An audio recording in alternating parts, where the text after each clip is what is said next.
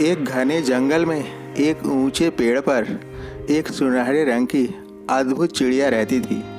वह अद्भुत इसलिए भी थी क्योंकि जब वह बीट करती तो भूमि पर गिरते ही वह बीट सोना बन जाती थी।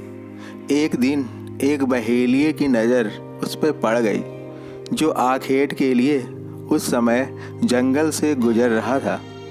चिड़िया के बीट को सोने में परिवर्तित होते देख उसे बेहद आश्चर्य हुआ। वह मन ही मन विचार करने लगा कि मेरी आयु 80 की हो चुकी है, पर अभी तक मैंने अपने जीवन काल में ऐसी चिड़िया नहीं देखी। यह तो चमत्कारी चिड़िया है।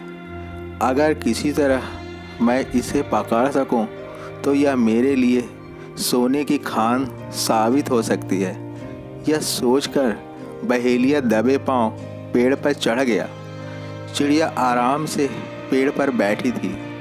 तभी बहेलिया ने उस पे जाल फेंका और वह जाल में फंस गई। बहेलिया उसे लेकर खुशी खुशी घर लौट आया। उसने चिड़िया को एक पिंजड़े में बंद कर दिया। अचानक उसे यह विचार आया कि यदि राजा को इस बात की खबर लग गई कि मेरे पास सोना देने वाली एक चिड़िया है, तो वह मुझे निश्चित रूप से कारागार में डलवा देंगे। मुझ पर यही दोष लगाया जाएगा कि मैंने अद्भुत चिड़िया को राजा को क्यों नहीं सौंपा, इसे मैंने क्यों अपने घर में छिपाए रखा। ऐसा विचार कर वह अगले ही पल उस चिड़िया को लेकर राजा के दरबार में जा पहुंचा। उसने राजा को इस अद्भुत चिड़िया की विशेषता बताई। यह सुनकर राजा बहुत ही खुश हुआ। उसने बहेलिया को बहुत सारा इनाम देकर उस चिड़िया को उससे ले लिया और बड़े जतनपूर्वक उसे पहले पिंजरे से निकलवा कर उसे बड़े व शानदार पिंजरे में रख दिया। जब बहेलिया चला गया तो राजा के मुख्यमंत्री ने राजा से कहा कि महाराज, आपने बहेलिये के बात पर इस चिड़िया को ले तो लिया है, किंतु यदि ऐसी नहीं निकली जैसा कि बताया गया है, तो आप व्यर्थ में ही उपहास के पात्र बन जाएंगे।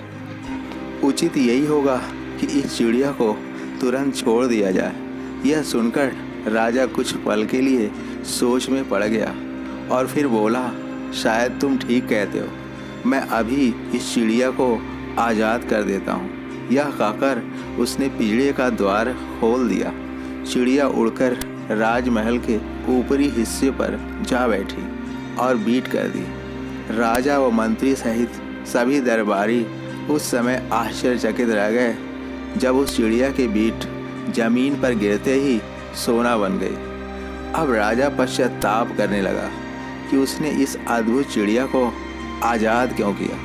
तब चिड़िया ने सोचा कि पहली मूर्ख तो मैं थी, जो आसानी से बहेलिया के जाल में फंस गई, और दूसरा मूर्ख वो बहेलिया निकला, जिसने मेरी उपयोगिता जानते हुए भी डरबस राजा को सौंप दिया।